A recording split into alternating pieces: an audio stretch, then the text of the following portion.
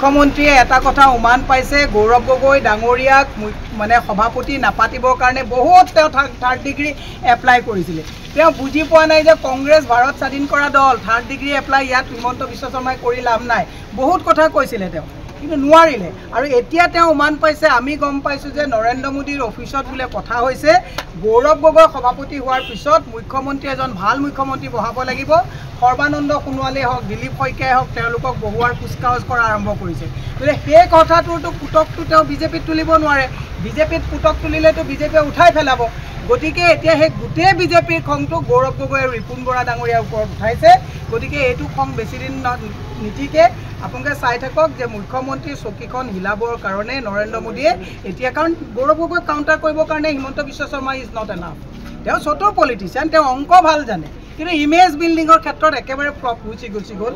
যিজন মানুহে এটা কথাকে আজি দুমাহ কৈ পেলাই গোটেই অসমখন অস্থিৰ কৰি দিছে।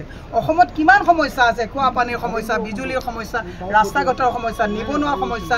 এতিয়া আজি দেখিছে অৰুণোদয় মানুহবিলাক ওলাই আহিছে, অস্থিৰ হৈ গৈছে আজি অসমখন। সেইখিনি সময়ত তেওঁ মুখ্যমন্ত্ৰীয়ে কেৱল গৌৰৱৰ এটা যিটো বেমাৰে ধৰিছে, এই বেমাৰটোৰ একচুৱেলি ট্ৰিটমেণ্ট নৰেন্দ্ৰ মোদীয়ে কৰিব।